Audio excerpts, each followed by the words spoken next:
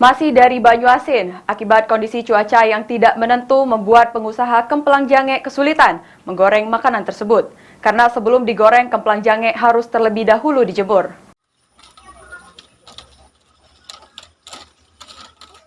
Usaha kemplang jange masih sangat bergantung dengan sinar matahari untuk produksinya. Karena sebelum digoreng, kemplang jange harus terlebih dahulu dijemur. Namun beberapa hari ini kondisi cuaca hujan hingga membuat proses penjemuran kerap terganggu.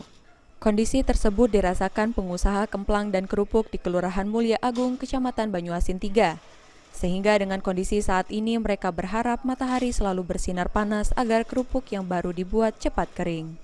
Salah satu warga mengungkapkan jika saat cuaca berubah cerah mereka langsung mengeluarkan adonan kerupuk yang sudah dipotong tipis-tipis untuk dijemur di teras rumah agar mendapat panas matahari.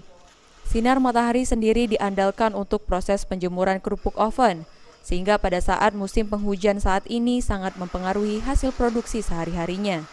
Jika panas terik hanya bisa 2 jam saja, akan tetapi pada saat musim penghujan seperti ini bisa membutuhkan waktu yang cukup lama.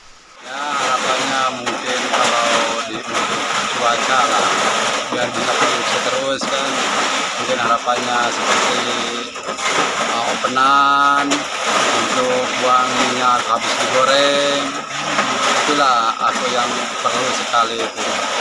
Kalau masalah lain-lainnya perasaan nggak kekurangan lah di sini. Alhamdulillah. Jadi minta bantuan open ya pengering. Ya, yang penting open lah sama pembuangan minyak itu. Habis digoreng kan harus dibuang minyaknya. Jadi biar tidak gampang tengik mah itu. Tidak gampang bau ya? Ya, tidak gampang bau.